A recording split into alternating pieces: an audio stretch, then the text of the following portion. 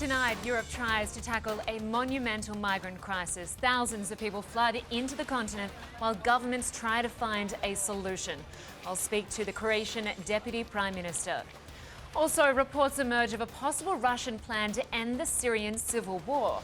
We'll explain the details. Plus, an incredible story of survival. Hear how one young woman endured being raped thousands of times, and now she's speaking out about her horrific ordeal.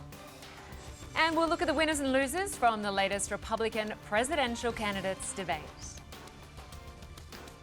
Hello, I'm Lynda Kinkade, live from the CNN Centre, and this is The World Right Now.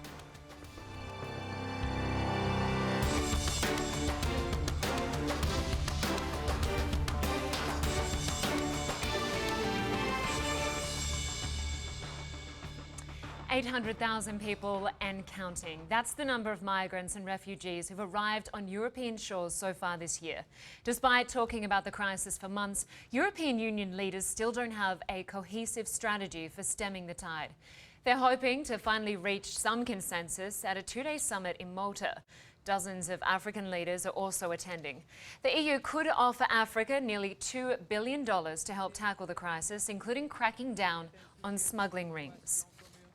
Now, about 1/5 of the migrants coming to Europe depart from Africa, risking their lives on a dangerous journey across the Mediterranean. But the majority of them travel through Turkey and then Greece before heading to wealthier countries in Northern and Western Europe. You can see here which nations have imposed border controls at times, forcing migrants and refugees to take alternative routes. We're joined now by Vesna Pusić, Deputy Prime Minister of Croatia. She's also the country's Foreign Minister. Thank you very much for joining us today. We appreciate it. Now, winter is approaching, as we've just seen in Atiga's report. The migrants continue to come. How is Croatia coping? We are coping. We have prepared a winter camp, and we are dealing with between 5 and sometimes 10,000 people a day.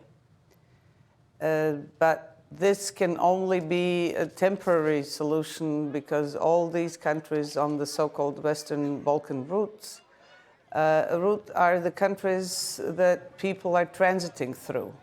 They're entering European Union on the Turkish-Greek border, but then they just pass through Greece and then enter the non-EU member states of Macedonia and Serbia, and then again enter EU at the Croatian border.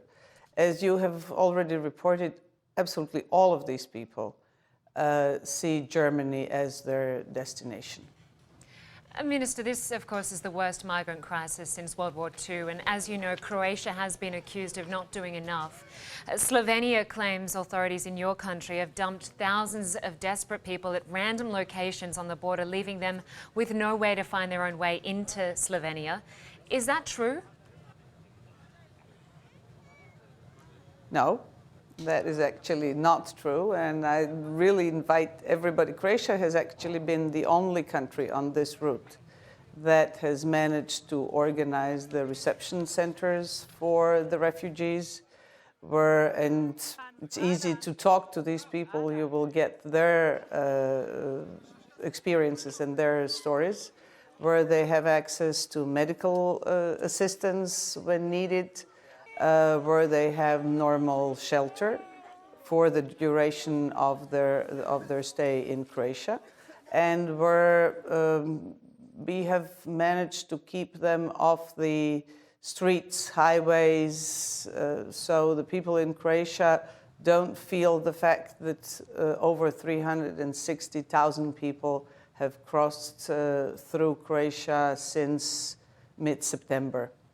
So we are actually the only country that's also implementing the so-called Juncker plan, the plan that was presented by the President of the European Commission, Jean-Claude Juncker, that also had as its part stopping the migration flow in Greece, where it actually is the entry point and where it actually should be slowed down.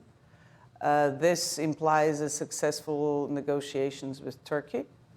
because all of these people are coming from Turkey, which has actually been raising this issue for the past 4 years, when they had 1 million people, then 1.5 million, then finally 2 million and over 2 million people.